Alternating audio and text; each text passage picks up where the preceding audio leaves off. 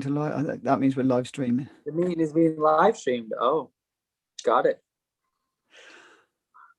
And then I'm going to press record soon.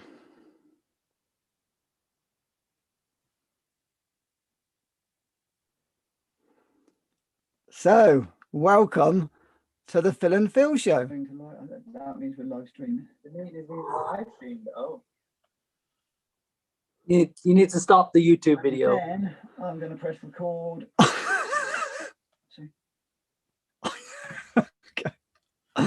Okay, guys, this is my first time.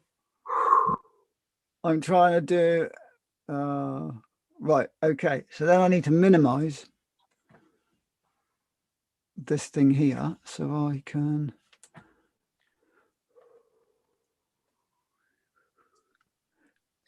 Can you keep both windows open or not? I can, but I testing can't. you this week. You're really testing me this week. I want that one. Okay, let's shove that one. That's us. I want that one up there. And I'm going to bring that one. I want to be able to see the live chat, don't I, on both? Okay, yeah. I think that'll do. So, welcome, folks. This is another fantastic, fabulous episode of the Phil and Phil show, streaming on Zoom and live on Facebook. So, and I'm Phil. And I'm Phil. You're Phil, and I'm Phil. Wow. And you're Phil, and I'm Phil, and this is another fantastic episode of the Phil and Phil show. Yes, it is. So, yeah, sorry, folks. Phil's just handed over to me and given me the reins to go live on YouTube and set it all up. First time ever, but I think we're doing all right. I like to empower you, and then you can go away and do it on your own now. So, thank you, darling. So, what's the title of the show this week? You said you wanted to do some of your own, like, little solo shows. So now you can do it. I did. So, Phil, what is the subject of the show tonight? Oh, I don't know. Let's go with what I sent you last night then, which is how to stay sane in a world going mad or gone mad. I think that's what I titled it as, Phil. That sounds like a great title. How to stay sane in a mad world. It's actually going to be one of my talks when I do some mind, body, spirit events. That's going to be the title of my talks, because I think it's really important, right? Is how do we not go mad, get knocked off our center, be all over the place? How do we stay sane? I mean, for certain people it's fine because they're just carrying on and it's fine. But when you can see other sides to the story and it all looks like it's going a bit mad, then it's difficult. And they're the people really that our channel's for. Really, it's the people that are struggling in the way that they perceive the world, because there's a narrative that goes one way, and then there's actually quite a lot of people's perceptions that's going the other way, saying, I just don't understand, I don't get it, it's it's not making, this narrative isn't making sense to me.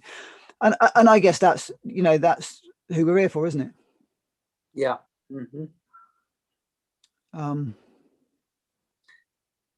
There's a term that Gabriel uses, and we'll see what you think of this. He says, touch, don't blend. So it's kind of like we kind of distance ourselves a little bit. We have to distance ourselves a little bit from the chaos and create our own frequency, our own energy, our own community. And we kind of both tuned into that, where we're like, okay, we like that there's all these people waking up and we're going to inspire them and we're going to be with them. But then there's also this point where it's like, okay, we don't want to be associated with that kind of energy. It's like, we're finding, like you say, you like to say, we're finding our tribe, because that's where our strength comes. But if we're like out there, like fighting and battling, and if that's not our thing, then that's going to be uncomfortable. Yes, I think it was last night we had that randomly late phone call, wasn't it? And And you were saying even when you went to the Trump rallies, because lots of people were like, "Oh, Phil's gone to a Trump rally, he's a Trump supporter." And the interesting thing that you brought up there yesterday was, even with all those people, you didn't. Well, you finish off the sentence, because I think that was really important for what we're talking about. Yeah, I was there, and I was like, I resonate on a certain level. I'm like these people are about freedom, but then I was like, this whole political thing, it's like, this is just a game. I was just seeing right through it. I was like, nah, that's not me. That's not who I am. And it's like, I just like, that's not the thing. And it's like, they're still going, where it's like, okay, we're gonna get Trump back into office and all this stuff. And it's like, we got to go way beyond that. We got to go above that, through that, because it's still just the play. It's just part of the game. We're doing the same thing again and again. It's like, okay, this political leader didn't work, so let's vote in the next one. Like we all know it. Like everybody knows that. It's like, all right, Conservative, Labour, like in the UK, it's like, oh, here's Republican, Democrat. It's like, oh, the Democrats messed it up. Okay, let's bring the Republicans in. It's like nothing changes. It's the same masters. It's the same scheme, and it's like that. But we know it's a waste of energy. So we're still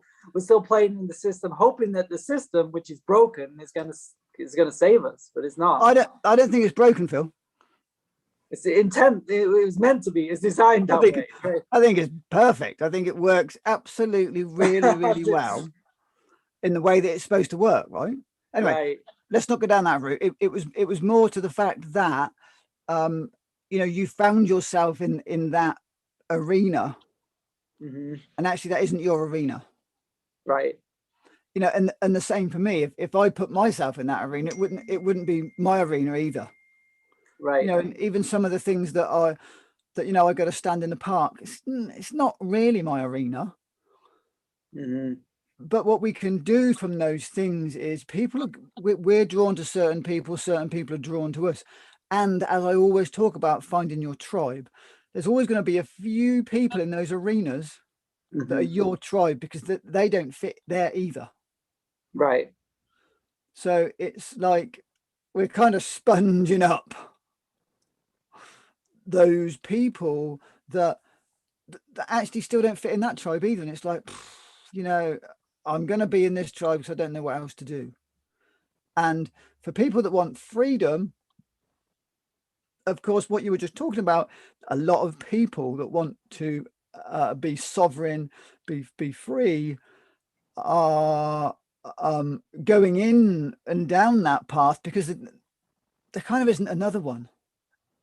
And any of these political agendas that we go into, like in England, there's the freedom movement, there's Stand in the Park. On a level, they're still kind of political movements where people are making a point. Or that they're there for a particular reason, which is what the whole thing's there for. And from going, I've met amazing people. It's been, it's not particularly my thing, but it's great for networking. It's great to get involved. And, and for that point of view, it's a good thing to support, because actually my experience is they're really good people doing their best to make a difference. Right. And I think it's important to show up, but just like I said, you show up and you just be yourself, but you don't go out and try and change people. You just be yourself, and you start to create a resonance field around, what you're doing. And that will draw people in. It reminds me of this event I went to 20 years ago. It was somewhere in Devon or something. It was a raw food. No, it wasn't a raw food. It was an eco gathering. And I think I might have told you this story before. I went to this booth that was promoting soil mineralization. And I kind of went away from that. And it was the Fresh Network were there. This is way, way, way early on. It was Susie Miller who started the Fresh Network.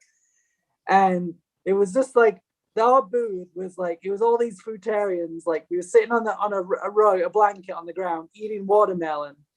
And then like I think there was like some announcer on the stage, and then he like was just like, unless fruitarians, they just sit there and do their thing. It's just like, and like we drew people in that were connected to that and wanted to hear about it, but we weren't out there going, oh, preaching and stuff like that. And it's, I mean, we're going to talk about these things. That's what our show's about, but we're not really out there preaching. We're just like, this is who we are, and we're sharing this. And if you resonate with it, join our group. And like, yeah.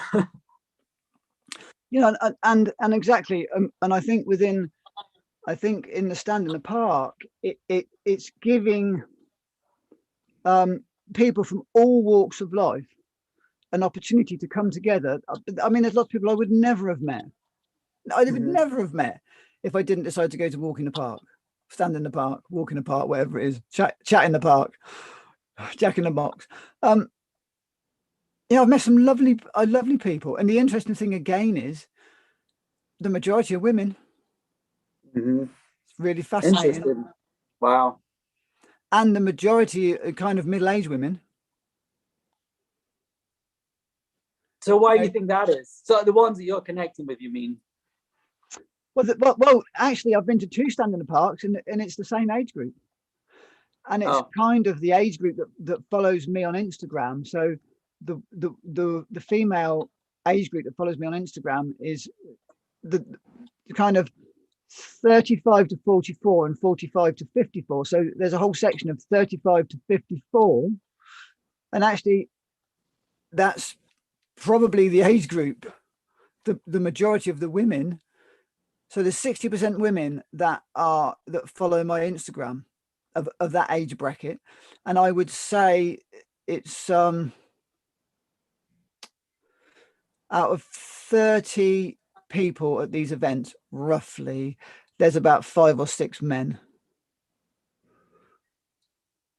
And that, so you think the men are going more to the other protests that are more energetic, or like? No, I don't see it, Phil. I just don't see. It's the same as when we do Mind Body Spirit festivals. Similar age group of women, very few men. And I'm guessing when you guys used to do the longevity now in America, it's probably the same.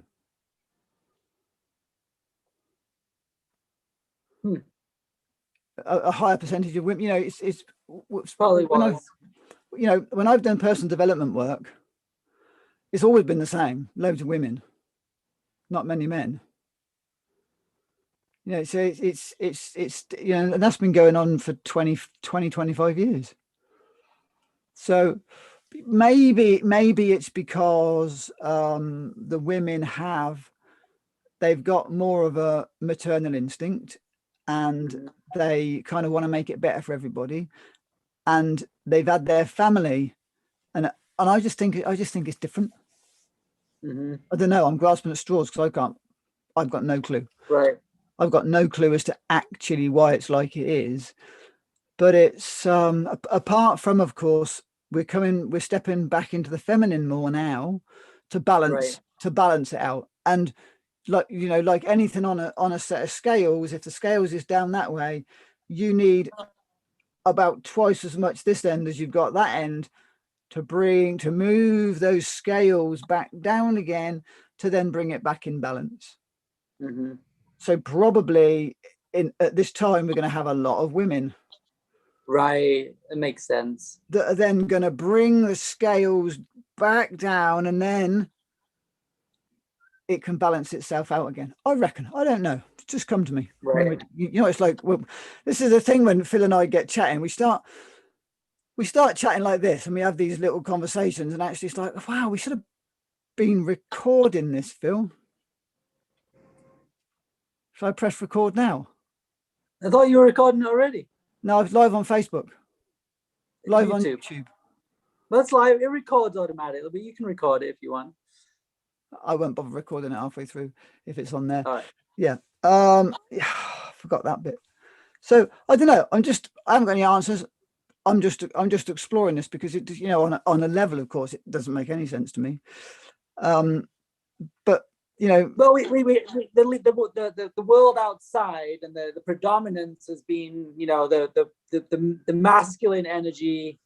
You look at most leaders, like world leaders, that kind of energy, it's a masculine energy. So that's been happening, and so the feminine, it's like they said that this time the feminine is rising and it's going to balance it all out. So we've been two in our heads, two left brains, and that's why we're in this mess, because we're just two left brain, two. And when we talk about masculine, feminine, these are energetics, these are characteristic types. So we're not even talking about male, female, but we've become a very masculine left brain kind of dominated society, and we're trying to balance that out, tune into the heart, expand consciousness, and that's what's shifting. So yeah, maybe that's it. And it's harder for the male to get into that, to get into the sacred feminine, to get out into more of the creativity, where women are already usually more tuned into that. So although it's been drilled out of them, but well, you can kind of thank that to the movement that wanted women to be equal to men. Right. You know, I think that was probably another psyops, because totally. you know, women aren't equal to men, men aren't equal to women. We got to forget this nonsense, and women are women and men are men, and that's it. Right. As human beings, of course we're equal and just as valid. But actually, I think what this twist that's gone on is, okay, from your mum, Phil, women seem to need others, but men are more solitary. I think, do you know what? I think that's part of the conditioning that we've gone into now, is it makes men quite withdrawn. So men become very withdrawn, and then women need more community. And it's probably because the bloody man's not there, right? Emotionally and spiritually, the men aren't there, and the women are then grappling for this because men just aren't present. This is a generalization. This isn't aimed at everybody, obviously. But it's true though. I mean, we are seeing, so in certain circles now, we're seeing more men's groups starting, where the men are trying to tap into that and coming together. And so women have had women's circles forever, but when you look in like Native American tradition, like the sweat lodge, like often it was the men that was a place for the men to come together. And you've done sweat lodges, I think, right? So yeah, I've done quite a few, yeah. As a place where the men come together and they actually sing songs and share their prayers and their dreams and get by a fire, and they actually, there is a sharing where it's like, but yeah, like it's been drilled into us, like the man is solitary and all those things. And, you know, man can do that, but there's also like, it's great to be in a tribe or a community and hold space together. So yeah, you know, that's really important. So where was I going before this? Yeah, so I think society has made, it's been trying to make men way more feminine, which they've succeeded very nicely at the moment. If you look at our male representatives at the moment compared to back in the 1920s and 30s and 40s, now they were bloody sharp and proud to be men. And then you've got the women's rights movement, which has tried to get women into men's work to be the same as men. And I don't want to go into a bloke. Do you know what I mean? Yeah. It's like, you know, and that's the whole pickle that we're in now. And if men stand up in their masculinity, I'm not talking about their macho-ness, but if they stand up in their masculinity, people don't know what on earth to do with it. The same as if women step into their femininity, people don't know what to do with it. And, you know, so there's all this nonsense where we've got to accept everything, and it's just like, oh, come on, wake up and see the psyops. They're trying to blend us into bloody Borg, so we end up being of no gender. So there's no men, there's no women, there's no masculine, there's no feminine. There's just this bloody numb line, you know, and that's what we've got to wake up to, or from.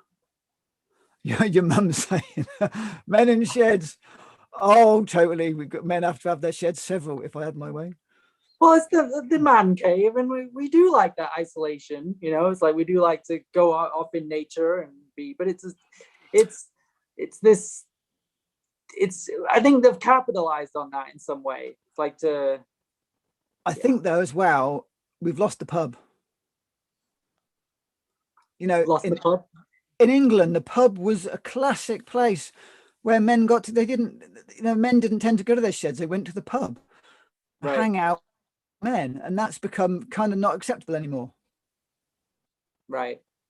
But, you know, in England for I think centuries, for men to go and hang with men was a very common thing to do. You know, the bloke would be out at work all day, they'd come home, they have their evening meal, and they go to the pub.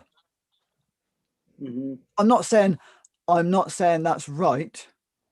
Or Anne is saying, or motorcycle clubs, absolutely.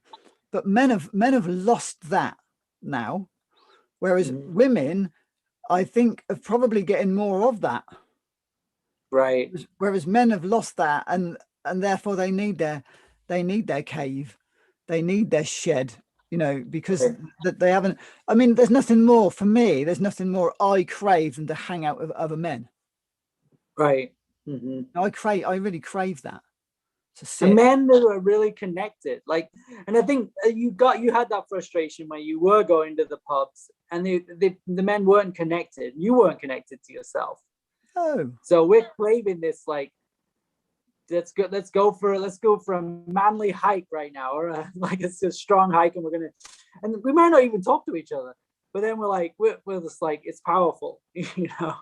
But it's a togetherness in our silence. There's a more of a silence that comes with the masculine, you know. So, and it's not to say that sometimes we chatter and share and open our hearts, but it might be just that we need to go for a hike or jump off cliffs and stuff like that. Well, you know, I think that's why people are doing that, is because they're you know, they're looking for that connection, and the closest connection they get is to face death. Right. Do you know what I mean? And that's, you know, we now, in order to get that connection with ourselves or God or unity, whatever, people have to face death. It's become so fucking extreme. We're so far away from being connected to each other and ourselves that, I mean, if people want to go jump out of planes, right? Fine. I used to drive fast cars and drink loads of beer. That was my way of whatever I was doing. But and actually, do you know what? That was really simple for me because that made me feel alive. Right. You know, the drinking was because I felt lonely and alone. So I went to the pub, and of course I left the pub feeling more lonely and more alone than when I was in the pub, than before I got to the pub, because everyone else was seeking the same thing, but no one knew what to do. So they would just be bouncing this macho-ness around the pub, thinking that they were connecting with each other. Well, I mean, you talk about the extremes, but like there's also, you know, in the Native American tradition, they have a spirit dance, or a sun dance actually, where the men go off into the desert and dry fast for 4 days in the desert and dance around a pole. I don't feel attracted to that myself, but it's so that's an extreme thing to do. I do. What do we do together? We like maybe fast together or jump in ice cold water together. So. Phil, I fancy that. I fancy going out to the desert under the stars, dry fasting for 4 days and dancing around a pole. Cool. Because so that, like, you talking about the extremes, because you get close to death when you do that. So it's similar. So like, yeah, maybe people jump out of planes or do extreme sports. I guess so. But it's kind of tapping, like, it's not unusual, like, to have those extremes, because we're trying to connect to something beyond this physical body and the day-to-day mundane. I think one of the differences, right, Phil, as you're talking and I'm thinking about it and sensing into it, is you are, for most people, right, the thought of doing a 4 or 5 day dry fast is facing death.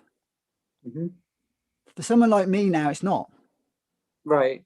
You know, for me, 4 or 5 days of dry fasting out in nature isn't extreme. 12 to 15 days, man, I might have to really think about that, because I'd have to face my death. But for 4 or 5 days, I now know. I mean, Annie came to visit on the day I broke my fast, so she saw me on day 6 of a dry fast. And her and her partner, they both came, and we were in the sauna, and I saw her husband kind of eyeing me up and down, and I walked back in. He said, "Phil, you're nowhere near as skinny as I thought you were going to be." Because they were expecting me to be. I'm not very big to begin with, right? Mm-hmm. So they were expecting me to be like a bag of bones, and they were both like, "Yeah, actually, you look great. You don't look like you've lost loads of weight."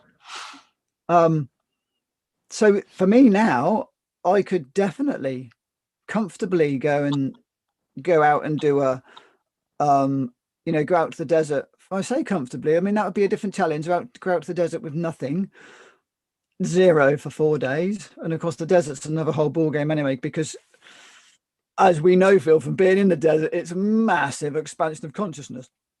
Right. It's totally different to being actually thinking about it from being in the woods. So for me, that would be a real challenge, because Mhm. I would be with nothing, but of course you'd be with each other. And when you drop at that level, you tap into consciousness that you've never tapped into before. You Right. start to see things that you've never seen before. And that's why the Native Americans used to do that, didn't they? They would go off for the vision quest, and they'd cry for a vision. Right. And one of the problems now is with the dry fasting is knowing whether you're having a vision or a hallucination, because for the majority of people, they're really toxic. So there's a very fine line now between crying for that vision and actually Right. something else happening. So, but And the that's vision quest is a very solitary thing. So it's often the coming of age kind of thing for the young boy coming of age would go off and what's your vision for your life? And I'm not sure if the women did it or if the women were more of like coming to do a women's circle and they process, whereas the man is like go off into nature, figure out your life purpose, like figure out your mission, in silence for 4 days. And I did that before I left the Tree of Life. I went off for 4 days, and Susan left me on the top of the mountain with my tent, and wow. it was pretty cool. So I think I don't know, I must have just had water or something. I didn't take any food. So yeah, I think I water fasted for 4 days in the top of a mountain on my own. You get clarity, right? Yeah, it was good. And then after that, it was like, okay, I gotta leave the Tree of Life and go to the next thing. So Cool. So on a level that's extreme, but Mhm. but that level of extremeness is an inward journey. Right. I'm not saying I've never wanted to jump out of an airplane. So I know Annie's jumped out of a plane.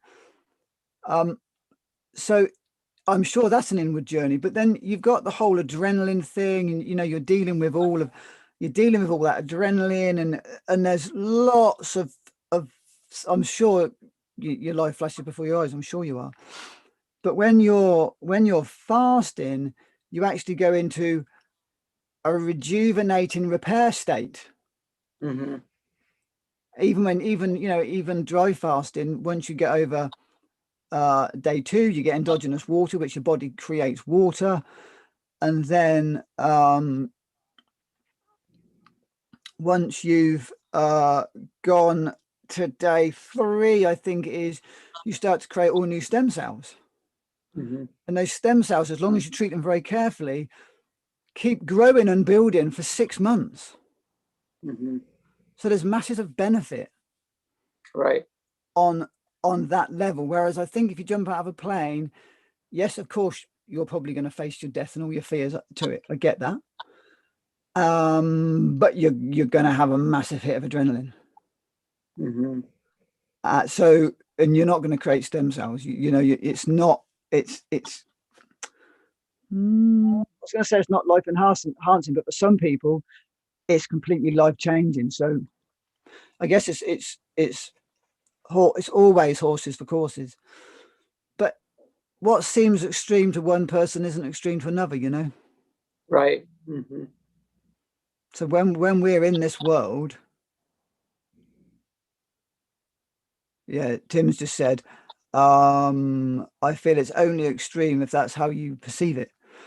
And absolutely. And most people, of course, that are doing this stuff don't really, they either don't see it themselves as extreme, or they want to change their lives.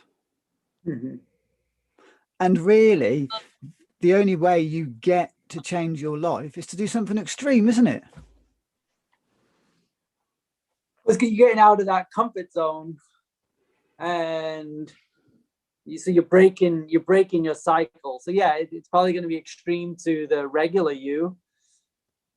I mean, for one person, extreme might be, not eating for a day, or going on just drinking juice for breakfast. Like that could be extreme for somebody who's never done that before. Yeah. So it's like it's breaking out of the comfort zone. It's making a change. Going to have a colonic. I mean, so many people view a colonic or an enema as extreme. Right. It's uncomfortable. Yeah.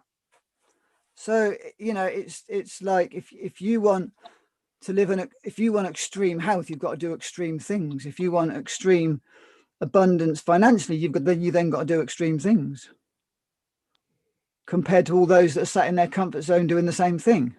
Then the person in that extreme, it's only extreme to the other person who's not doing it. So as you move into that, it's no longer extreme. So to you, a 24-hour dry fast is not extreme at all. It's just normal. So it's to the perceiver, right? And somebody who's been skydiving for years, it's just like, well, I just do this. It's what I do. It's easy, Maybe they're not as adrenalized, and it's just normal for them. So absolutely, like Pete that came on and said hello a couple of weeks ago. His son does base jumping and skydiving. Wow, he loves it. Mm-hmm. That's his Sunday afternoon hobby, right? Right. But I'm still pretty sure you get an adrenaline rush out of it. It didn't matter how many years I drove fast for, I still got adrenaline rush out of it. Right. So you're saying that when you do, jumping in a cold river, like there was some sort of adrenaline rush for me doing it regularly, but it didn't feel like it was always rejuvenating. So it wasn't like you do something and then you feel depleted afterwards. So it felt energizing. So there's maybe that difference, whereas you do something. Yeah, go ahead. Yeah. I was just thinking about, when I get in an ice tub, for example, I don't come out shaking like I would if I've just driven 140 miles an hour. Right. So there's that like adrenalized energy versus like there's maybe a temporary stressor, but then your body relaxes afterwards. I think I'm sorry, Phil. I was just going to add on to what you were saying. Then was I think there's stress and stress. There's that stress of getting in of ice cold water, and actually when you get out, it's like whoa. Yeah. Wow. And then you quickly calm down. The body releases all the chemicals it needs. It maybe shivers a little bit, and then it resets, and you feel a deep calmness afterwards. And I don't think you feel that after you do a death-defying driving fast or something like that. You kind of feel depleted a little bit. So yeah, I mean, I never felt after, this is only me personally. It's going to affect people differently. Me, historically weak adrenals, right? So I have to do stuff to nurture it. But saying that, if I do a really hot sauna, cold shower, ice bath, back into the sauna, it's like wow. And my body comes alive, but I never get that adrenaline. Right. And then there's still though, because it brings a calmness, and then you kind of take that, you're more likely to take that energy inwards after that experience, and maybe like meditate or rest, or just ground. So you kind of, it takes you deeper within. Yeah. That's what I was saying about the one being a physiological, this is what Tim's written as well, which is great. The one is a physiological stress and the other one's a physical stress. Right. So you've got stress stressors that build, hot, cold, ice, hot, cold, ice, hot, cold, ice. But of course, if you do too many, they become a stressor that depletes. Right. So you've got the psychological stress that is rebuilding and regenerating. But if you overdo it, it becomes depleting. Well, and I got, had a good experience of that with, I was doing the Wim Hof breathing, and I was doing it like twice a day, and it was too much. And then I was like, I can't even do it at all now. It was just too stressful. So it's a useful stressor, but it's like doing Wim Hof breathing is not good every day. It's really not good every day. Yeah, it's the same. I was finding, Phil, when I was rebounding, and I was rebounding every single day, and I got up to doing 30 minutes every day. So one day I thought, oh, that's easy. I'll do 45 minutes. Well, I did 45 minutes and I was done. Right. Just, so you went past where you were at, and you might have been able to build up to that, or not. Maybe it was just that was beyond. It's interesting, you know. I've been doing 30 minutes a day for months, and then it's like, oh, I'm just going to stay on and do 45 minutes. But when I got off, I was like, that's too much. So, but what is it? So, you know, here's a random thought that pops into my head. So you've got people do marathons or these ultra extreme sports, and they really deplete their body. But then on the flip side of that, you've got these like those, it was in the book Born to Run, I think Susan read it and she told me about it, where those people would just run for miles and just be all relaxed. So what is it? So we got this Western things like do this marathon and push yourself, and then you deplete and you get worn out and both the joints, everything. But then a native like can run through the fields and be all relaxed and not be depleted. So I think it's all in that word you just said. They're relaxed. That's what they do. Right. Whereas here in the Western world, we're trying to achieve something. Trying to push through. My goal is to do a marathon, whatever it takes. Like, even if my body can't handle it, I'm going to push through. I'm going to blast through this and do it, you know? So. Yeah. Whereas they're just running. Right. They're just, and, you know, and that's what they do. Right. So it's really difficult, I think, to compare English runners in shit trainers on tarmac roads with bad running style compared to barefoot running on the ground with the perfect style. Right. And they've done that forever. Whereas, you know, lots of our people that do marathons and stuff, they've never really done much exercise, and then they build up to it. But I think, you know, there's so much against us. We've got crap diets, got crap nutrition, crap trainers, running on the road. There's no real support. Do you know what I mean? So I wonder if with these things, these goals, these achievements to do these things, we're really having a candid conversation today. It's fun.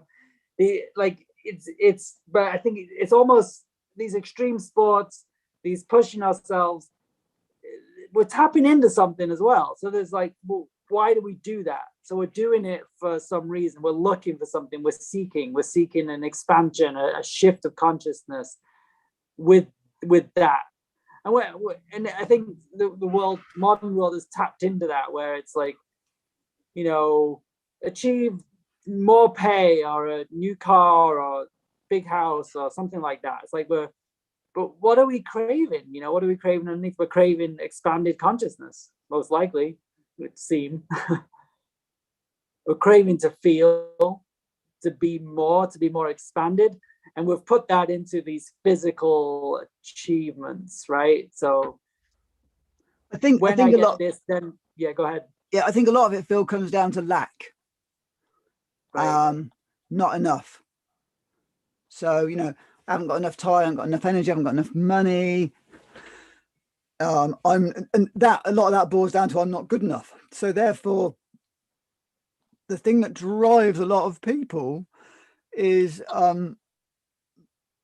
that lack, the lack of self, I guess. lack of worth, not believing in ourselves. So we then overwrite that belief with another belief, and then you've got two conflicting beliefs, because you've got the transparent, what you can call a transparent hidden belief, which is a very deep-seated belief that you don't know you've got, and then you override it with this becoming an overachiever.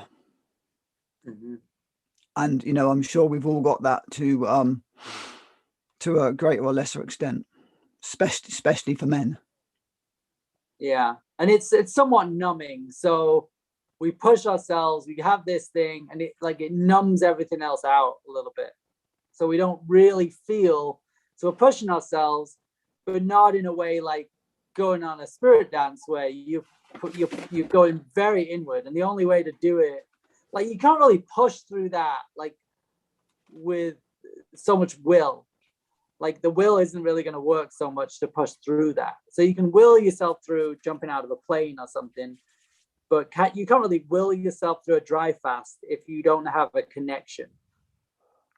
So like somebody who's never done that before and goes, I'm going to push myself through this dry fast, it's not going to work, because you're going to get really sick, because you're not connected to the messages where it's like, it's time to stop, or it's okay to go on. You're not tuned in. You can't really will yourself through that so much. So like the monks or whatever who go 40 days in a dark cave or whatever, like, you can't will yourself through that. You have to be connected. You have to be aware of your emotions. You have to observe and go inward. And it's like, you can't force that. And I think there was somebody who did, they were all like fiery. They're like some LA person, and they're like, I'm gonna go do this dark retreat. They lasted like 2 days. They just couldn't do it. They couldn't, because they were all like, it was very fiery, like that kind of Burning Man kind of energy, where it's like, I'm gonna do this, and they fizzled because they didn't have the spiritual vessel. And Gable talks about that. It's like creating this spiritual vessel that can hold the energy.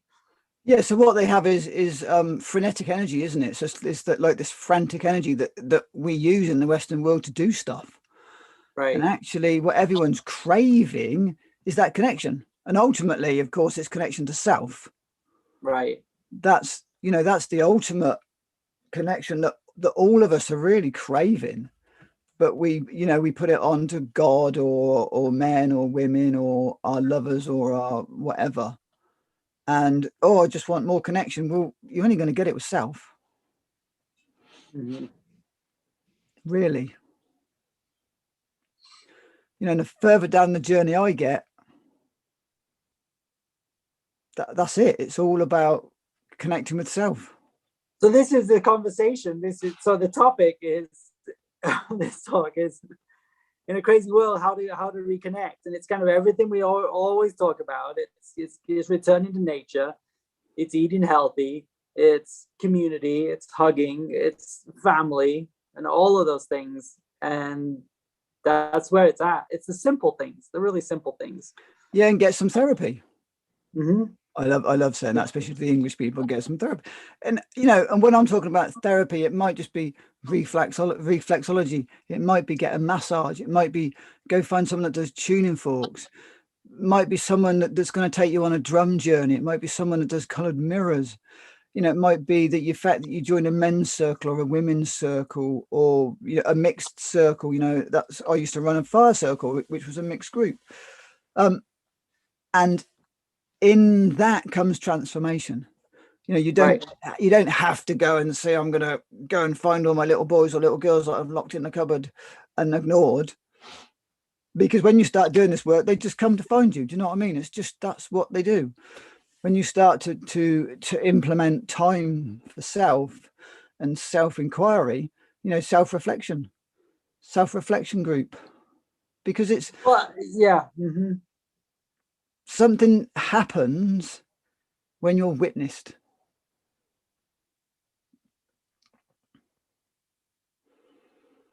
Well, this has been our journey with this Phil and Phil show. We're not out there trying to change anybody or do anything. We can just show up and show our faces, and this is our therapy. Yeah, and chat, right? Yeah. We are, and actually, Phil, you're right what you said just now.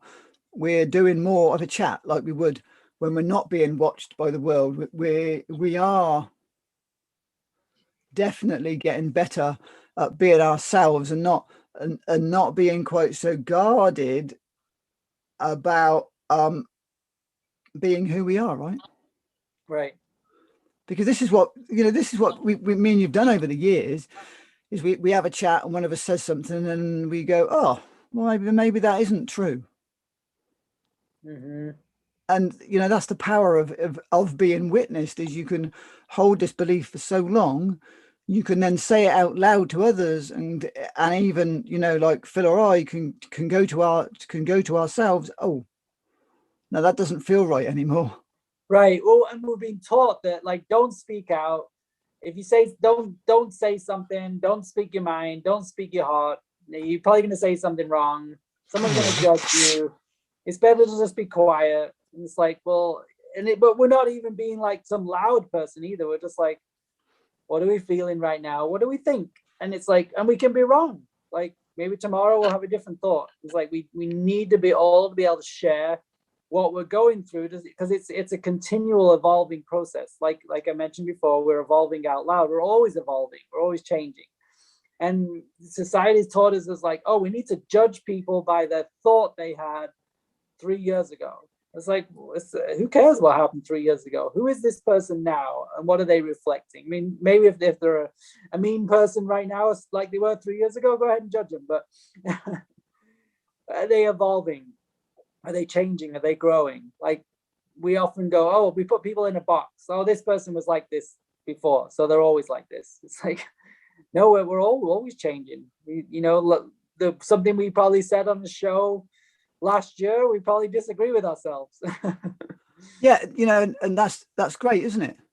Mm-hmm. For me, I'm in this box of being a raw fooder, because people can relate to that and attach to that, but there's they don't see past that into the spiritual evolution that I actually do on a daily basis. I just I eat raw food. I don't particularly it evolves from time to time, and I get a little download and say, oh, you got to have a go at vacuum blending and vacuum freezing and vacuum whatever it is to see if you can take it to the next level, or you've got to learn to make herb teas to go in your smoothie instead of just having water. So all of it's all of it's going on.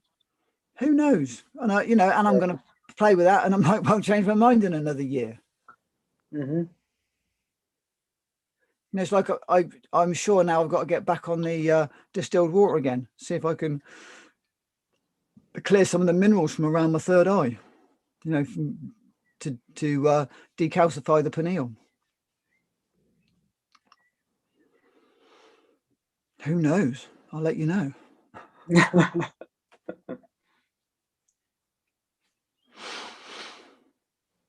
Yeah. So, how to stay sane in a crazy world?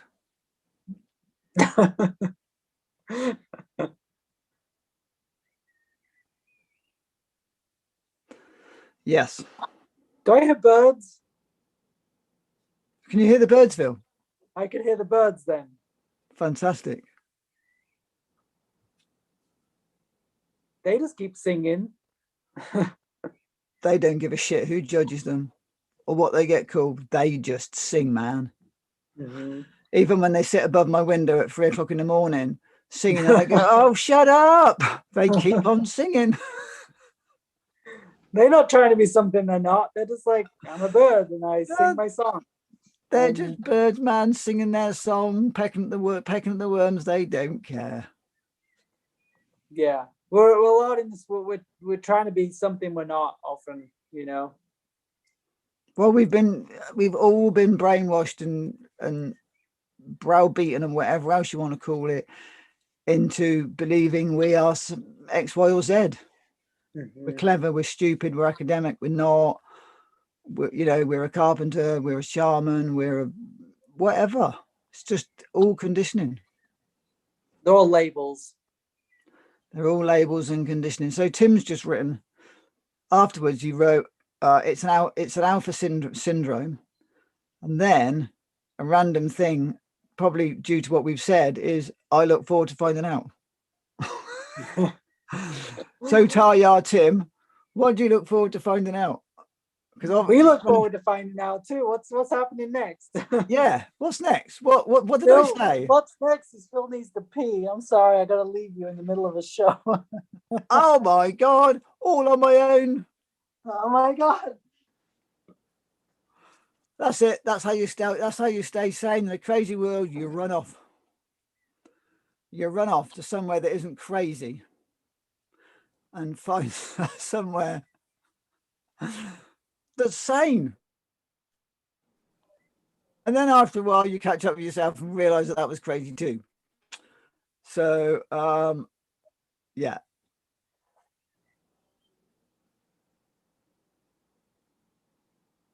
Oh, so Tim said, I look forward to finding out, you saying where you will be in a year's time. Thanks, Tim. Fantastic, bro. I like that. We will see where I'm going to be in a year's time. Yeah, I'm actually having some therapy myself lately. So obviously, hopefully, maybe, possibly, that'll be changing. That was looking at some patterning that's been going on all my life. Looking at, actually, I'm going to talk about this while Phil's not here. I had a great session with a friend of mine he does a remote or virtual cranial sacral. Get that then. I didn't think that was even possible. So does that matter then, Tim, really? Is your name that important to you? I don't think it's that important. Yeah, cranial sacral, virtual, distant. He's in Scotland, I'm here. Cranial sacral therapy. And he even got me to lay down and put his hands under my ankle. Well, I lay down and he pretended to put his hands. I was just talking about remote cranial sacral work, Phil. Oh, okay. Mm-hmm. And he put his hands under my ankles and started working on me and was coming up through my body with the energy. And he got to my spine and went, "Oh, you got something going on with L1 and L2, Phil." I said, "Yep, I broke L1." He said, "Oh, wow." So, and he said, "Oh, you've got a bit of tension in your right shoulder." I was like, "Yep." And from doing that remotely, he could read my energy and take me back through my life, back to my birth, looking at the birth trauma, the time in the world, that's interesting, the womb, the moment of conception, preconception, back to the moment in time that I decided or didn't decide to come here. Very interesting. So you did that this week? No. Yeah, it must have been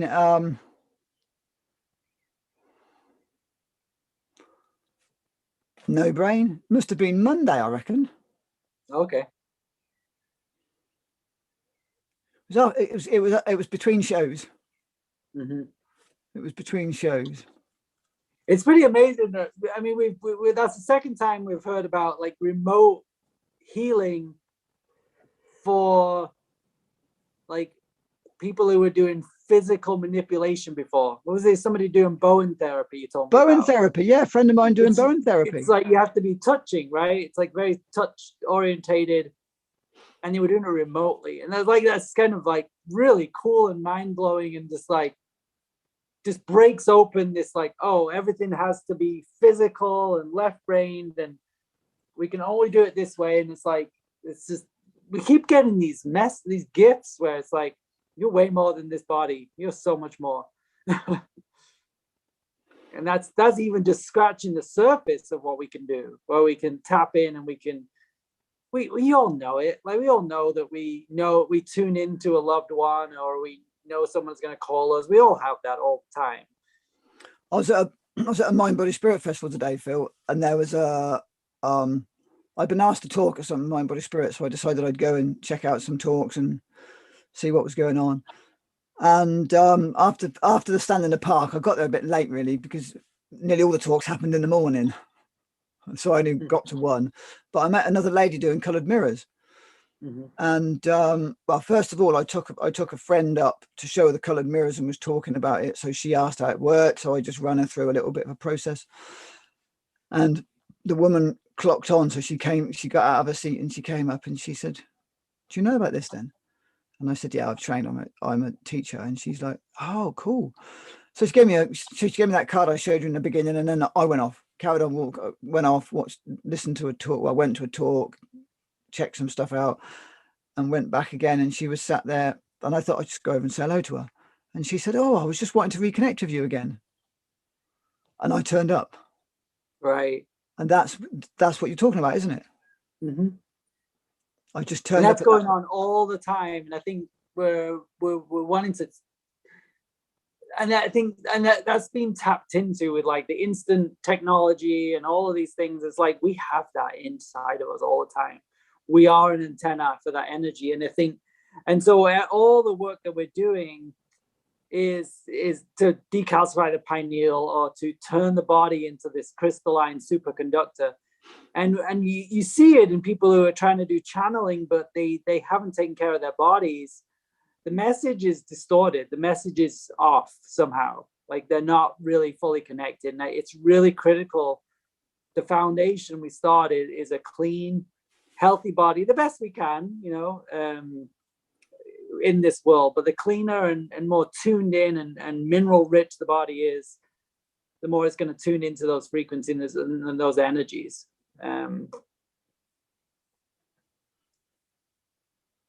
Reading something, I can tell. No, someone's just come in, and I was just checking sure that they were on mute.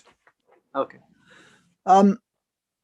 Yeah, I mean, my understanding with in England with a lot of the psychic teachings is when they've done the work, is they need to drink Coca-Cola and eat Mars bars.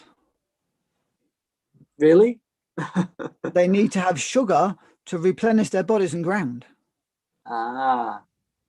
So what I would really love to be able to introduce that, which would solve both issues, would be blended watermelon. Exactly. Like we need, and I think it's because that's all they know. And I've said this for a long time. If that's all you know, that's what you're going to run to. But as you start to tune in and eat a variety of foods, your body's going to be like, I need watermelon right now, or I need a couple of dates. It's like, I need some dates to ground me out. Like, that's what I need right now. So the thing that I've found, having done watermelon most days for the last nearly a year now, is it's a real pick-me-up. Mentally, physically, emotionally, spiritually. It lifts on every level, and there's no crash. Right. It's really interesting. It doesn't last very long, clearly, because it's watermelon, so you've digested it in 20 minutes. Right. But actually, the energy on that, it doesn't last for hours, but it's definitely a sustainable hour or 2 hours, and it's replenishing. And this is the thing that watermelon does, in my experience. Now, for me, it might not work like this with people that are used to sugar, Coca-Cola and tea and coffee, but it replenishes and rejuvenates, and there's no doubt about that. If I come home from work and I'm absolutely done, I can do blended water. I worked out blended watermelon, right? Because it's the least amount of work to prep it and to wash up. All I've got to do is wash a jar in a blender. But I think with the watermelon watermelon smoothie that's done with all the red flesh, it's you've got the fiber that makes the sugar more, it's more stabilized than a juice that just goes straight into the bloodstream. It's okay, I've got a question here. How do you blend it, basically? All I do is just cut the green off, or scoop the, or if you've got scoop the red off, chop it up into small pieces, chuck it in a blender, put the lid on, blend it. Okay. On its own with anything else, the rhyme with melon is eat it on its own or leave it alone. So you can give a little squeeze of lime, or you could put a couple of mint leaves in, but that's it. You don't want to be cutting it half and half of another juice. Just a little squeeze of lime, a couple of mint leaves, because otherwise those mint leaves are going to digest a different paste of the watermelon. So you've got to be really careful with the amount of mint leaves you put in. Otherwise, it's not on its own. So, you know, Are you maybe straining it, or is it a blend? blend It's not juice. It's a smoothie kind of thing. smoothie. Yeah, it's a watermelon smoothie. And I also always have mine at room temperature. Lots of people like it in the fridge. Lots of people like it with ice. Shock to the guts, right? It needs to be room temperature. So it's creating that stability. So yeah, go ahead. No, go on, because you might just be asking me a very pertinent question. Well, I was going on a different topic. I'm sorry. Go ahead. Oh, connected but different. No, I think I don't need to say anything else about that, Phil. So it's finding these practices that rejuvenate. And so we've kind of, modern society or Western society has taught us that you go to the pub or you binge watch TV and that's how you relax. And that's how, or you eat a big meal or you have some, snacks or sugar. And it's like we've taught all these different ways to relax or to chill out. They're actually very depleting. And it kind of ties back to the same topic of this call is finding things that truly rejuvenate us and truly bring us into that peaceful moment. And it might be just you get home from a stressful day at work or whatever of the, whatever we're doing, and we go for a walk. We go for a walk in nature. We put down our phones and go for a walk in nature. Or we connect with a loved one, or we give somebody a hug, or we drink some watermelon juice smoothie. And then go for a walk, because that's really, do you know what, Phil, joking aside, drinking the watermelon smoothie and then going for a walk. Right. Mm-hmm. Perfect. Yep. And the thing I go on about watermelon smoothie is because 20 minutes, you've cut your watermelon up, you've thrown it in a blender and you've drunk it. Right. Mm-hmm. I mean, you might even do it quicker than that, but if you said 20 minutes, half an hour. So why do you like to blend it and not just eat the thing? That's really easy. I can't eat half a watermelon in one sitting, but I can blend half a watermelon. So you can't, why can't you eat it? Because it takes me too long. Okay.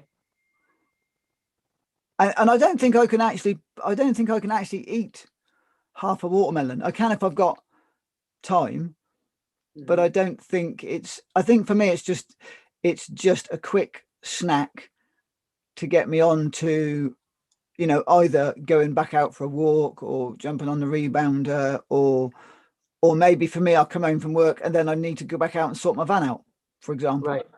Mm-hmm. So it's literally that pick me up in the afternoon, as opposed to a meal. If I wanted a meal, I'd eat half the watermelon, right? Mm-hmm. So if I was doing it at lunchtime, I'd cut it up, I'd squeeze a little bit of lime over it, and I'd actually physically eat it. Right. If I was having it for a meal, but what I found out is I blend it because that's a great snack for me. So you're pretty much a watermelonarian. No, do you know what I'm going to be? I'm going to do that before long. I'm going to do a watermelon fast. I did a melon fast, like, I don't know, 20 something years ago. I did a melon fast. It was just different types of melons. I felt like crap, actually, but it was a long time. I was probably totally toxic back then. So yeah, you were probably really, really detoxing, right? Yeah, it was too much. So if I was on Facebook, I think I would start a watermelon challenge group. But maybe I'll have to get back on somehow. Right.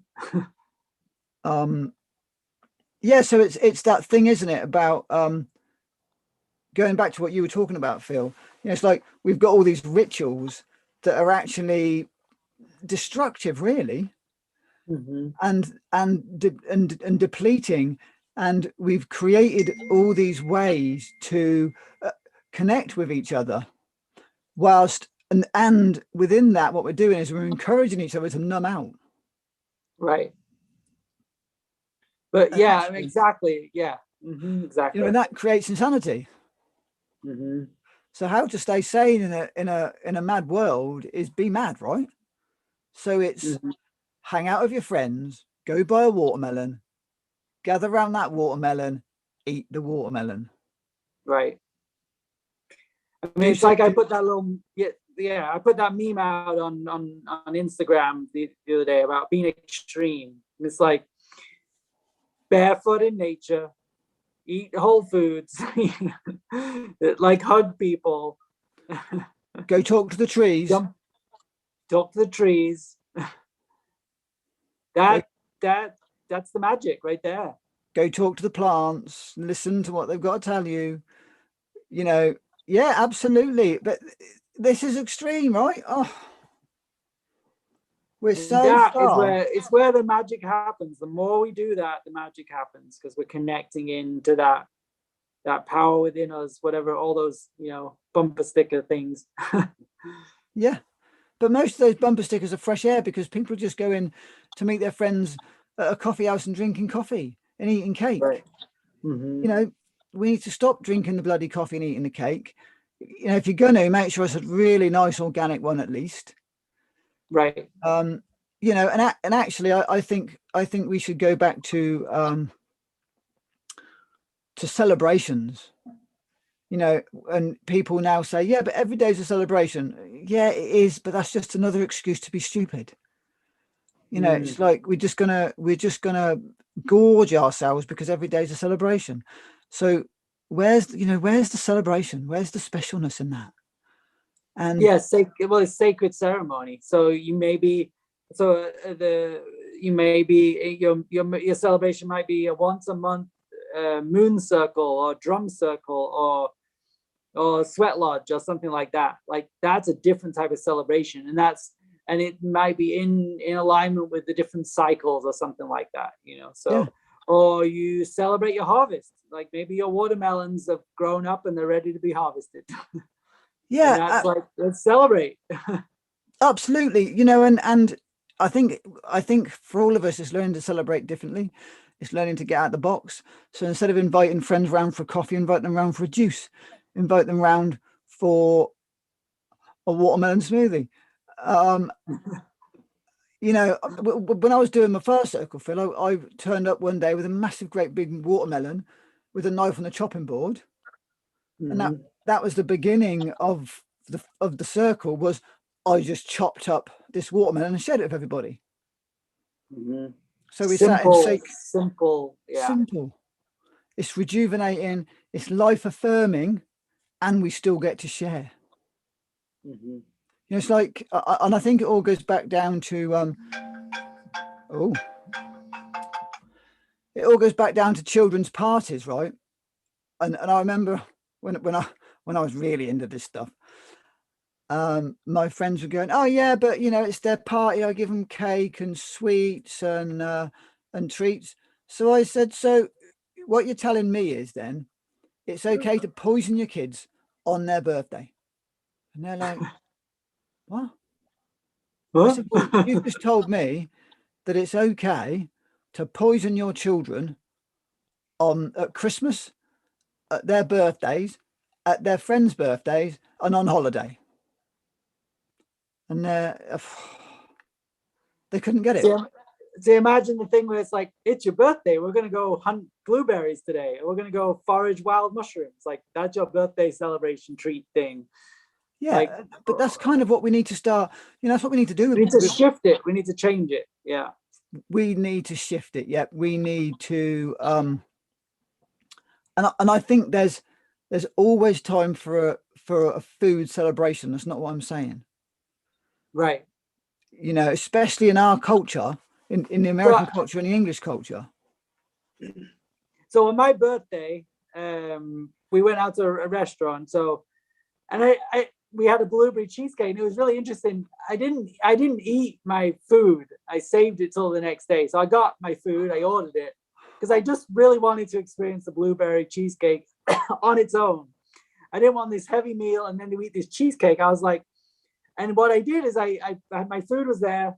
I don't think I even had any of it. I might have had one bite. And then I was like, oh, I don't want that. So, but it was just kind of a natural flow. And I was just talking to people and going around the table and talking, hugging people. And then then the cheesecake came out and we all experienced this beautiful cheesecake. And it was a beautiful celebration. But I did honor my body in that moment where it's like, I want the cheesecake and I'm not going to eat this big meal and then the cheesecake, it's like. Yeah, I think if it was my birthday and I had the choice between salad and cheesecake, I'd have the cheesecake. I'd have the whole cheesecake though, Phil. Yeah. So I got to really experience and enjoy the cheesecake, whereas if I'd eaten a big meal, I'm not saying I haven't done this because I do sometimes. Yeah, absolutely. Well, absolutely. And then the cheesecake on top, and then you're like, oh, I'm tired, But it's like I had the cheesecake and I felt great, So, yeah. Yeah, we've got to shift that.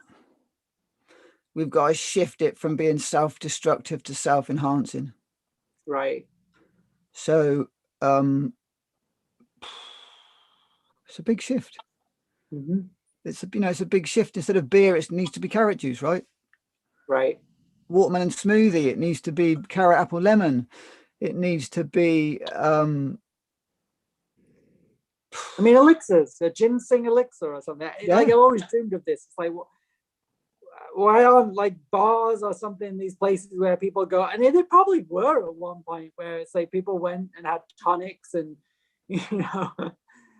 raw ale was never what it was. A tavern was never a place. It was a place of rest, of a journey, a people journey. And it wasn't a place to go and binge out. And it's like, maybe you had a raw ale or something and a meal, but it wasn't this place where people went and just drank 20 beers. I can't believe people do that. People actually do that. It's crazy. But so it wasn't that. It was a place for a weary traveler to rejuvenate themselves. And maybe they had a raw ale with some probiotics in it and then went on their way, but they didn't drink 20 of them. So, and they got a nice restful night's sleep and then back on the road. So how can we create these spaces where we're creating this space where people can come and rejuvenate? And I think that's both of ours attraction to rejuvenation centers or a healing place where people can go and heal. Yeah. And I think we just need those everywhere. That needs to be. Yeah. And like we see at these, what is it, on the motorway or the highway, it's like a service station where people go and rest, but they rest and eat crap food and don't really get a rest. In a crap environment with crap music. It's like all synthetic and painted and just like no nature. But it's like, it's actually a really nice service. I went to some service station with my parents when I was there, and it was like there's a little lake there, and like my mom and I sat by the lake, and I think we had some crisps actually, but we sat by the lake and had some crisps and some juice, and it was really nice, But we didn't go inside the service station. We sat outside, I think on a stone bench or something like that, with our feet on the grass, and it was really nice, So we can create those magical spaces anywhere, too. So. Yeah, and I think that's probably what both you and I need to step up to at some point, is actually to create. I know I've got people onto me often now saying, Phil, so when are you gonna do that? When are you gonna make that happen? Right. This was my whole goal for coming to the US, was like to go back to learn about setting up a healing center to do the same thing back home. So it's time. Has it been 20 years? 25? Yeah, 21 or something. I've been 25, into raw food, and 21, I think now. So you've been in the US for 21 years? Yeah, 2000, May 2000. Oh, so you hadn't been there that long when I got there then? Probably not. Like what, I came in April 2005. So you'd only been there not quite 5 years. Wow. Yeah, you were just starting your 5th year when I got there. Yeah. Mm-hmm. Wow. Interesting. Yeah, and of course I went and learned all this stuff, and I was going to come back and change the world. I got met with this great big brick wall. You're what? You're going to do what? No, that'll never work. It probably wouldn't have done back then. But Right. I think now, Phil, we're in this massive shift of consciousness where people want it. There's such an opportunity and people are craving things. So we got to swoop in now and give them what they're looking for, because they're all out there seeking and screaming and going, we don't want the new normal. We don't want the old normal. We want something new. We want something. Right. We've got to bring that old paradigm down, man, and build a new one.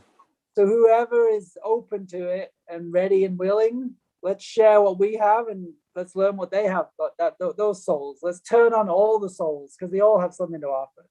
Yeah.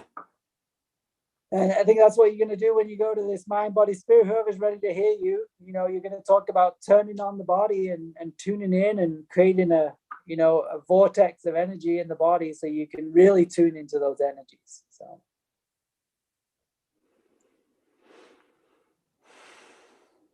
Yeah. You ready for a spray then? Yeah, let's do a spray. I think we've cycled through this show beautifully. I'm going to do air dragon because we're doing lots of air.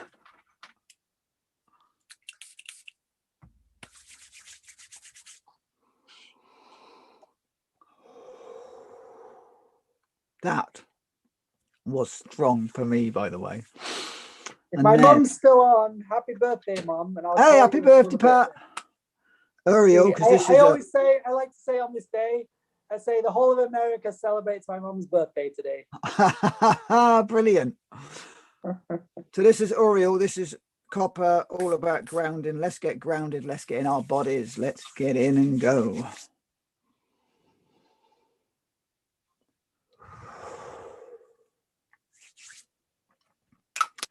And then, last but not least, we're going to do Ruby Red, which is about tribe. I love tribe. I know, look how much, you better get some more of that. I know, I need to get more tribe, don't I? So I'm going to get more. I will put an order in for some more tribe. Yeah, I'm not, come join my tribe, but that's not, find your tribe.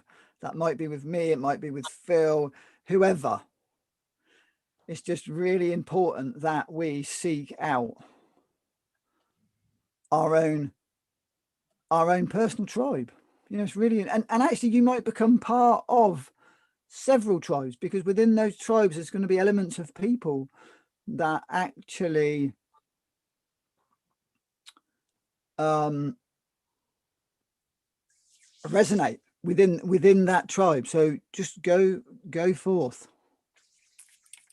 Oh, that was a jet. We really need this one tonight. Let's see what this is like.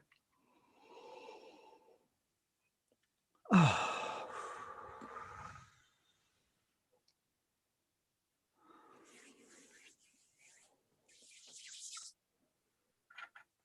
I got pine needle here. Pine needle is amazing, Phil, isn't it? Mm-hmm. Disinfectant, that's what we need. Yeah. So Phil, I'm going to pull a card for everyone tonight, right? So okay, let's do it. If you tell me when to stop shuffling, this is the Phil and Phil Tribe card, right? So just give me a chance to shuffle. Okay.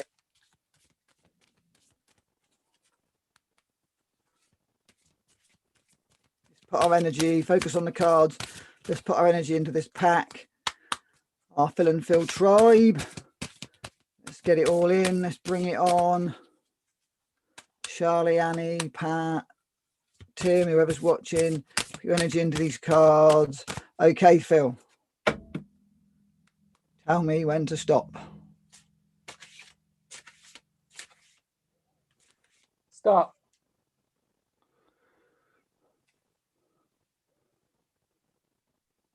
Left. That one. Yep. That one. No, the other one.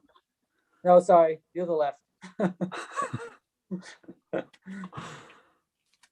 Do you know what? Let's do. You want to do both of them? I might do. So what's this one? I love this one. I can't read it. This is called Copper Gaia. You can see it's copper over copper. And this is Earth is home. So this is Earth is home. So that's perfect for us lot, right? Yeah. Right here, right now, Earth. So this copper's about, you know, get into your body, do the work, get into your body, and you will receive Earth's abundance. So we have to clear through all the mind crap, all the conditioning, all the nonsense. You know, what's going on right now in the world is, in Coloured Mirrors, the bottle is called G8. I'll see if I can find it quick. The bottle is called G8, right? G8 is all about, it's the darkest of all the bottles. So it's about looking at our shadow, looking at our darkness. It's about, oh, we haven't got that bottle.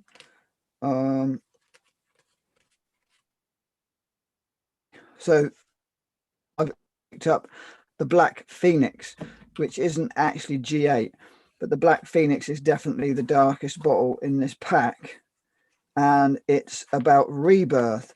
So in other words, it's about in order to be reborn, we have to go into our darkness. And what's happening right now on Earth is we're having an apocalyptic time, which means a revealing of the truth. So it's like our true nature is coming to the surface. So we have to have a fairly high vibration within humanity and the planet in order for all this darkness to come up. So actually we can hold this space, we can hold this darkness. This darkness is coming up, and it's about rebirth. So at the moment we're in the birth canal, so it's tight, you know, it's going to be really uncomfortable. All of our bones are going to be where they're not supposed to be, and then we're going to come out the other end. But of course, birth takes a while. And this is rebirth. And that's, so we've got to face the darkness. This is what it's about. It's not them doing it to us. It's us facing our own darkness, because as this time on a planet, we're ready. We're ready now to face the darkness of our souls. And the reason why we're in the pickle that we're in right now is because, you know, as Jesus rightly said, the sins of the fathers will be visited on the children, which in my terms basically means if you don't do your work, your kids have to do it for you. And that's mentally, spiritually, and physically on every level. If our ancestors haven't detoxed on all those levels, we have to do it. And what's happening now is we've got to do the work, or otherwise humanity it ain't no more.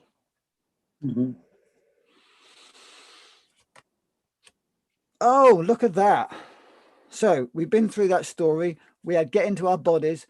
Look at this. Do you know what? I'm going to find those cards again, because I bloody love this stuff, right? The first card before I started talking was copper, right? So copper, the bottle Gaia, right, is all about getting in your body. It's about getting in your body. Then what I talked about, what's going on right now, is in this deck, it's called the Black Phoenix, which is seeing all of our negativity, darkness, whatever, all the unresolved trauma, all the unresolved trauma coming up so we can be reborn. And then the card that was on the opposite side, when I couldn't quite make up my mind, this is the end of the journey. So when we've grounded and when we've dealt with our trauma, and the interesting thing is you have to really deal with your trauma before you can fully come into your body, because who on earth wants to come in to a body full of trauma? So you do some grounding work, you do some trauma work, you do some grounding work, and then we can be this card, which is Violet, which is service, thank you. So when we've done the grounding work, remember, when we've done the grounding work, we're strong enough in ourselves to go into the trauma, we can then do more grounding work. We can become authentic, and then we can become of service. But we can't come of service until we've dealt with our shadow. Right. Exactly. We have to deal with our shadow, which is, I'm going to get that card out again because this is really exciting. I love this. I'll put it somewhere else. Exactly. I So, was just thinking about Jesus. Jesus had to go off. He was like 40, and then he went to the desert, and he didn't teach until he was like 80 or something, right? That's, oh, I thought he was 33, but let's not argue about numbers. who knows? Whatever. It was like a lot less. He'd been through all of this time before he got to the time when he taught. So yeah, probably 33. But the point is, he went through a lot of life experience before he got to teach. Like no one had heard of him. Where did he come from? He had to go through the 40 days and all those different experiences. And something my friends read the other day, Phil, on topic, off topic, about Moses. He fasted on the mount for 40 days and 40 nights. Right. My friends are Jehovah's Witnesses, right? And they read the Bible and they read this for the first time, and they've been Jehovah's Witnesses all their lives.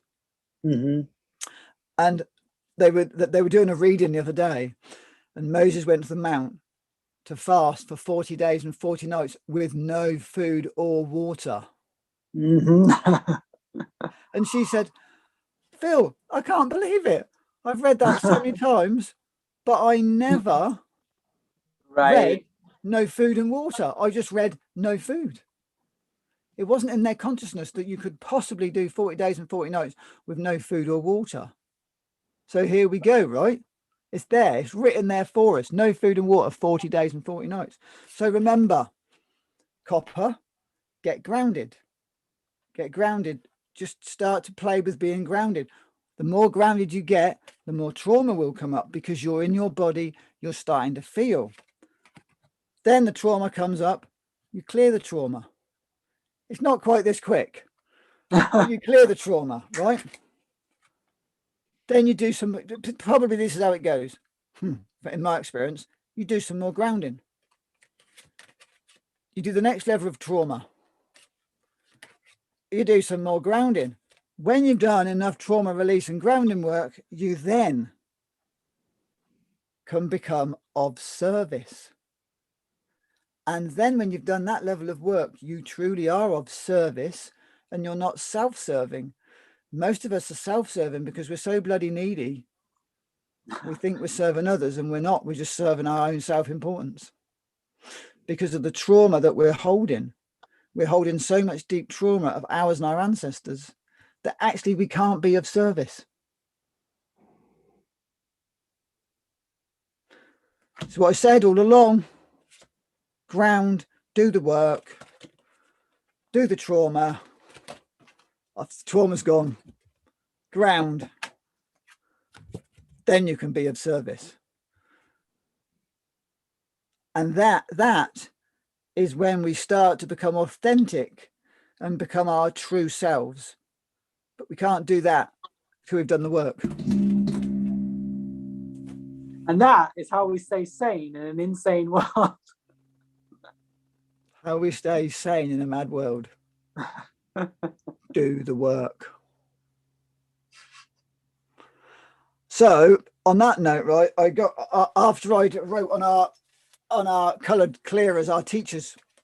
There's a group called Coloured Clearers, and it's for the teachers that are doing really deep work. So I wrote on there, I've just broke my fast on day 6 of a dry fast, and some were like, wow, what was that like? How was it? And then the teacher of it all, that's holding it all, she said, I went back in and read some messages because there's loads of messages on Telegram. I managed to flick through, and she said, Phil, give me a ring. I've had a download for you. And I was like, wow, she's got a download for me. I'll phone her. So I phoned her, and this Black Phoenix is the equivalent of G8, like the G7, G8 bottle. So the G8 is all the darkness. And on a level, it represents, do you remember I spoke to Phil about black goo and being engulfed in black goo? Do you remember that? I had a past life where I was basically engulfed in black goo, which is symbolic for AI. They've now found out. And that was about 300,000 years ago in China. Interestingly enough, I'd forgotten about that bit, in China. And so this bottle represents the black goo. And she said, look, Phil, I've been given this message, and you need to bath in G8 7 times. So I have to do that bottle 7 more times. What do you mean? So you put it into the bath? So put a basically bottle- we get one of those bottles that's that shaped. Mhm. I've got one. I've got one I can show you.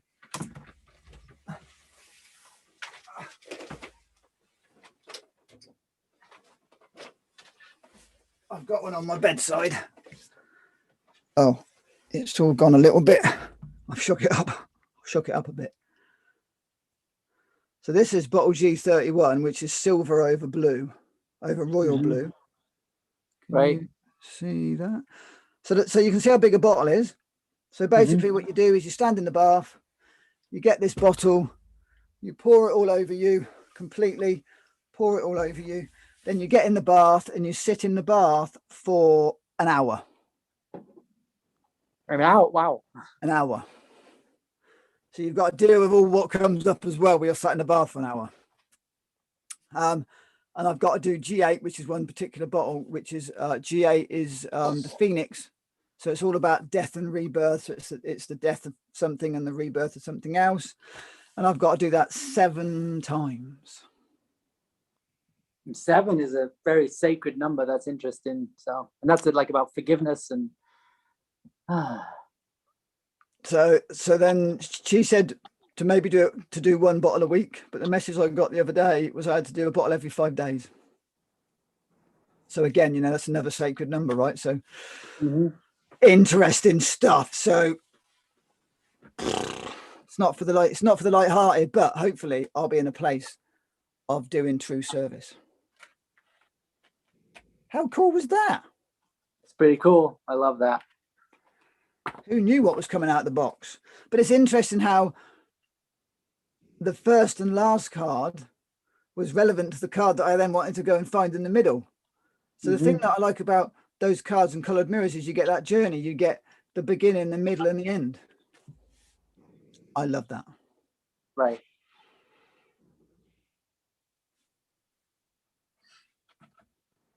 Well, I felt like I just went off on a rant there. You're on it today, Phil. I've been to a stand in the park and was on it. Then I went to a psychic spiritual mind body spirit fair, and I've come straight home and done the show. So I've been on it all day. So it's perfect, man.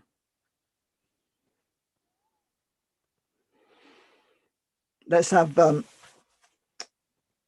I went off on one there, so I'm going to see. Oh, Rainbow Dragon Deep Teal. Look at the colour of that. Beautifulio.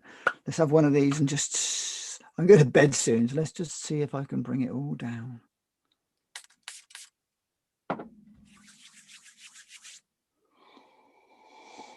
Oh my word.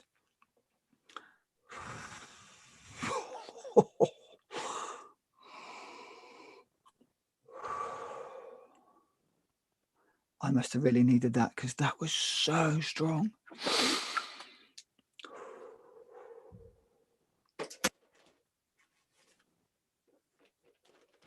Well, guys, thank you so much for watching tonight. It's been an extraordinary chat we've had. I really love and appreciate you all, and especially to Phil. Phil, thanks so much for us. Without you, man, we couldn't do it, could we? Without you, we couldn't do it. So wouldn't be the Phil and Phil show. It wouldn't be. So I'm really glad we're doing the show, and definitely for both of us, I know that we are evolving out loud because our shows are definitely changing momentum. They're definitely we're definitely becoming more real. I've got to learn to look at that camera really and not at me or Phil. So thank you guys, really appreciate you all. Love to you all. Thanks for showing up. Thanks for being you. Thanks for doing the work.